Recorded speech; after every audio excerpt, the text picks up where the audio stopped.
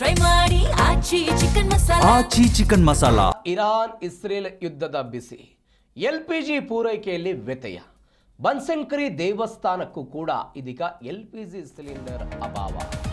ಬೆಂಗಳೂರಿನ ಬನಶಂಕರಿ ದೇವಾಲಯದಲ್ಲೂ ಕೂಡ LPG cylinder ಅಭಾವ.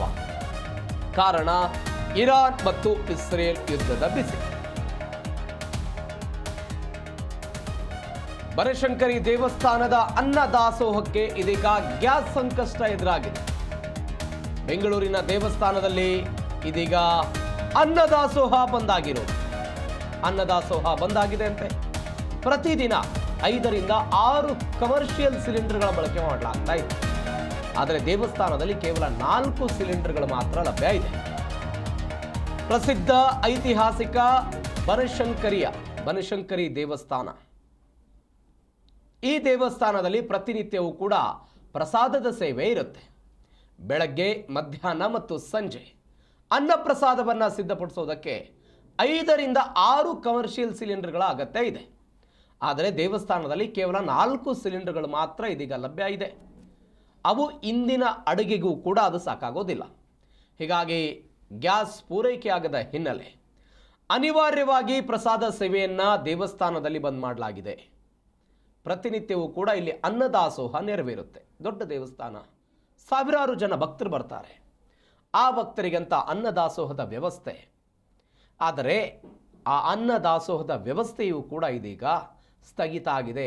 ಇದಕ್ಕೆ ಕಾರಣ ಸರಿಯಾದ ಪ್ರಮಾಣದಲ್ಲಿ ಸಿಲಿಂಡರ್ಗಳ ಪೂರೈಕೆ ಆಗ್ತಾ ಇಲ್ಲ. 5-6 ಸಿಲಿಂಡರ್ಗಳು ಬೇಕು ಡೈಲಿ. ಈ ಬನಶಂಕರಿಯ ದೇವಸ್ಥಾನಕ್ಕೆ 5-6 ಸಿಲಿಂಡರ್ಗಳ ಅವಶ್ಯಕತೆ ಇದೆ.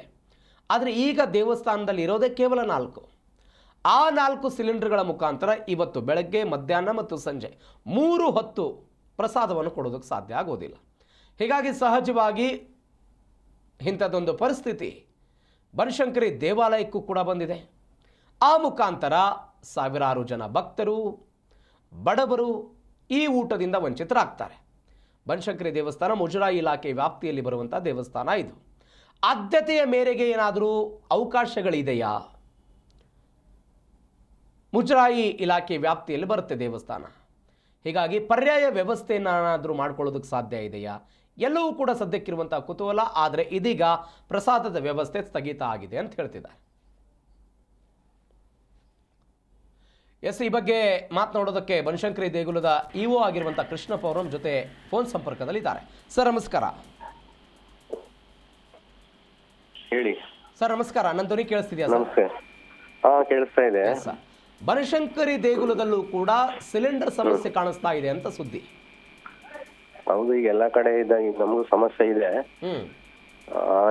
ಏನಂದ್ರೆ ಈಗ ನಮಗೆ ಇನ್ನೂ ಶುಕ್ರವಾರದವರೆಗೂ ನಾವು ಪ್ರಸಾದ ವಿತರಣೆ ಮಾಡುವಷ್ಟು ನಮ್ಮಲ್ಲಿ ಸಿಲಿಂಡರ್ ಇದೆ.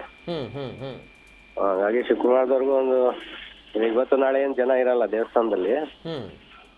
ಹಂಗಾಗಿ 3 ದಿವಸ ನಾವು ಪ್ರಸಾದನ ವಿತರಣೆ ಮಾಡೋ ವ್ಯವಸ್ಥೆನ ಮಾಡ್ಬೋದು. ಆಮೇಲೆ ನಮ್ಗೆ ಪೂರೈಕೆ ಆಗ್ಲಿಲ್ಲ ಅಂದ್ರೆ ನಾವು ನಿಲ್ಲಿಸ್ಬೇಕಾಗುತ್ತೆ. ಎಷ್ಟು ಹೊತ್ತು ಅನ್ನದಾಸೋಹದ ಸೇವೆ ಇರುತ್ತೆ ಸರ್ ದೇವಸ್ಥಾನದಲ್ಲಿ ಪ್ರತಿನಿತ್ಯ? ನಾವು ಬೆಳಿಗ್ಗೆ 8:30ಇಂದಾನೆ ಸ್ಟಾರ್ಟ್ ಮಾಡ್ತೀವಿ. ತಿಂಡಿ ವ್ಯವಸ್ಥೆ 12:30ವರೆಗೂ ಇರುತ್ತೆ. ಮತ್ತೆ 12:30ಇಂದ 3:30ವರೆಗೂ ಊಟದ ವ್ಯವಸ್ಥೆ ಇರುತ್ತೆ. ಅನ್ನ, ಸಾಂಬಾರು, ಸಿಹಿ ಪೊಂಗಲು, ಮಜ್ಜಿಗೆ. ಆಮೇಲೆ 4:15 ಮೇಲೆ ಮತ್ತೆ ಸಾಯಂಕಾಲ 4:15 ಮೇಲೆ 7 ಗಂಟೆವರೆಗೂ ಪ್ರಸಾದ ವ್ಯವಸ್ಥೆ ಇರುತ್ತೆ ದೇವಸ್ಥಾನ ಡೈಲಿ. ಈಗ ಒಟ್ಟು ಇರುವಂತಹ ಸಿಲಿಂಡರ್ಗಳ ಸಂಖ್ಯೆ ಎಷ್ಟು ಸರ್ ನಿಮಗೆ? ಈ ಹಿಂದೆ ಹೆಂಗೆ ಪೂರೈಕೆ ಆಗ್ತಾ ಇತ್ತು? ಪ್ರತಿನಿತ್ಯ ಆಗ್ತಾ ಇತ್ತಾ, ವಾರಕ್ಕೊಮ್ಮೆ ಬರ್ತಾ ಇತ್ತಾ, ಹೆಂಗ ಆಗ್ತಿತ್ತು? ಪ್ರತಿನಿತ್ಯ ಏನಿಲ್ಲ, ವಾರಕ್ಕೊಮ್ಮೆ ತರಿಸ್ಕೊಂತಾ ಇದೀವಿ ನಾವು. ಒಂದು 10 ಸಿಲಿಂಡರ್ 15 ಸಿಲಿಂಡರ್ ಆ ತರ. ಒಂದು ವಾರಕ್ಕೊಂದು 15 ಸಿಲಿಂಡರ್ ಹೋಗುತ್ತೆ. ವಾರಕ್ಕೆ 2 ಸಾರಿ, 3 ದಿವಸ 4 ದಿವಸಕ್ಕೆ ಒಂದ್ಸಾರಿ ಒಂದು 10 ಸಿಲಿಂಡರ್ ತರಿಸ್ತಾ ಇದ್ವಿ. ಡೈಲಿ ಒಂದು 2 ಸಿಲಿಂಡರ್ ಬೇಕಾಗುತ್ತೆ ನಮ್ಗೆ. 2 ಸಿಲಿಂಡರ್ ಬೇಕಾಗುತ್ತೆ. ಸರ್, ಈ ದೇವಸ್ಥಾನ ಮುಜರಾಯಿ ಇಲಾಖೆ ವ್ಯಾಪ್ತಿಯಲ್ಲಿ ಬರೋದ್ರಿಂದ ಸರ್ಕಾರಕ್ಕೆ ಏನಾದ್ರೂ ಮನವಿ? ಸರ್ಕಾರಕ್ಕೆ ಗಮನಕ್ಕೆ ತರ್ತೀವಿ ಅಷ್ಟೇ. ಇದು ಅಂತಾರಾಷ್ಟ್ರೀಯ ಸಮಸ್ಯೆ ಅಲ್ವಾ ಇದು. ಹಂಗಾಗಿ ನಮ್ಮ ಮೇಲಾಧಿಕಾರಿಗಳ ಗಮನಕ್ಕೆ ನಾವು ತರ್ತೀವಿ. ಏನಾದರೂ ಸಿಲಿಂಡರ್ ಬದಲಿಗೆ ಪರ್ಯಾಯ ವ್ಯವಸ್ಥೆಗಳ ಬಗ್ಗೆ ಏನಾದರೂ ಪರ್ಯಾಯ ವ್ಯವಸ್ಥೆಗಳು ಏನಿಲ್ಲ ಸರ್, ಅಲ್ಲಿ ಸೌದೆಯಲ್ಲಿ ಮಾಡಕ್ಕಾಗಲ್ಲ. ನಮ್ಗಿರೋದು ಇದೊಂದೇ ಮಾರ್ಗನೇ.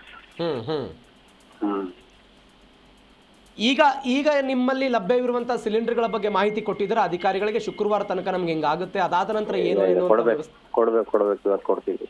Okay okay. ಅಂದ್ರೆ ಶುಕ್ರವಾರ ತನಕ ಮತ್ತೆ ನಿಮಗೆ ಸಿಲಿಂಡರ್ ಪೂರೈಕೆ ಆಗದೆ ಹೋದ್ರೆ ಮತ್ತೆ ಈ ಸಮಸ್ಯೆ ಆಗುತ್ತೆ, ನಾವು ಬಂದ್ ಮಾಡ್ತೀವಿ ಅಂತ. ಬಂದ್ ಮಾಡ್ತೀವಿ. ಶುಕ್ರವಾರ ಮಧ್ಯಾಹ್ನದವರೆಗೂ ದೇವಸ್ಥಾನ ಮುಚ್ಚೋವರೆಗೂ ಪ್ರಸಾದ ಕೊಡ್ಬೋದು. Okay sir, thank you so much. ಜೈ ಕನ್ನಡ ಜೊತೆ ಮಾತಾಡಿದ್ದಕ್ಕೆ. ಎಸ್, ನೀವು ಕೇಳಿಸ್ಕೊಳ್ತಾ ಇದ್ರಿ ಅವರ ಮಾತನ್ನ. ಸರ್ಕಾರದ ಗಮನಕ್ಕೂ ಕೂಡ ನಾವು ತರ್ತೀವಿ ಅಂತ ಹೇಳ್ತಿದ್ದಾರೆ. ಈಗ ಲಭ್ಯ ಇರುವಂತಹ ಸಿಲಿಂಡರ್ಗಳ ಬಗ್ಗೆಯೂ ಕೂಡ ಮೇಲಿನ ಹಂತದ ಅಧಿಕಾರಿಗಳಿಗೆ ನಾವು ಮಾಹಿತಿ ಕೊಡ್ತೀವಿ. ಸರ್ಕಾರ ಏನು ಹೇಳುತ್ತೆ ನೋಡ್ತೀವಿ. ಈಗ ನಮ್ಮ ಹತ್ರ ಇರುವಂತಹ ಸಿಲಿಂಡರ್ಗಳು ಶುಕ್ರವಾರ ತನಕ ಆಗುತ್ತೆ. ಶುಕ್ರವಾರ ಮಧ್ಯೆ ಅಂದರೆ ಯಥೇಚ್ಛವಾಗಿ ಶುಕ್ರವಾರ ಅತಿ ಹೆಚ್ಚು ಭಕ್ತರು ಬನಶಂಕರಿ ದೇವಸ್ಥಾನಕ್ಕೆ ಬರ್ತಾರೆ. ಅವತ್ತು ದೇವಿಯ ವಾರ ಅನ್ನುವ ಕಾರಣಕ್ಕಾಗಿ ಭಕ್ತಾದಿಗಳ ಸಂಖ್ಯೆ ಶುಕ್ರವಾರ ಜಾಸ್ತಿ ಇರುತ್ತೆ ಬನಶಂಕರಿ ದೇವಸ್ಥಾನದಲ್ಲಿ. ಹೀಗಾಗಿ ಅವತ್ತೂ ಕೂಡ ಪ್ರಸಾದ ಹೆಚ್ಚಿನ ಪ್ರಮಾಣದಲ್ಲಿ ಮಾಡಲಾಗುತ್ತೆ. ನಿತ್ಯವೂ ಕೂಡ ಮಾಡೋದಕ್ಕಿಂತ ಹೆಚ್ಚಿನ ಪ್ರಮಾಣದಲ್ಲಿ ಶುಕ್ರವಾರ, ಯಾಕಂದರೆ ಭಕ್ತರ ಸಂಖ್ಯೆ ಜಾಸ್ತಿ ಇರುತ್ತೆ ಅನ್ನೋ ಕಾರಣಕ್ಕಾಗಿ. ಅವರು ಹೇಳ್ತಾ ಇದ್ರು, ನೀವು ಗಮನಿಸ್ಕೊಳ್ತಾ ಇದ್ರಿ, ವಾರಕ್ಕೆ ಒಂದು 10 ಸಿಲಿಂಡ್ರು, ಪ್ರತಿನಿತ್ಯ 2 ಸಿಲಿಂಡರ್ಗಳ ಅವಶ್ಯಕತೆ ನಮಗಿದೆ. ಈಗ ನಮಗೆ ಶುಕ್ರವಾರ ತನಕ ಆಗುವಷ್ಟು ಸಿಲಿಂಡರ್ಗಳು ನಮ್ಮಲ್ಲಿ ಲಭ್ಯ ಇದೆ. ಅದಾದ ನಂತರ ಏನು ಮಾಡಬೇಕು ಅದ್ರ ಬಗ್ಗೆ ನಾವು ಆಲೋಚನೆ ಮಾಡ್ತೀವಿ, ಗಮನಕ್ಕೆ ತರ್ತೀವಿ ಅಧಿಕಾರಿಗಳು.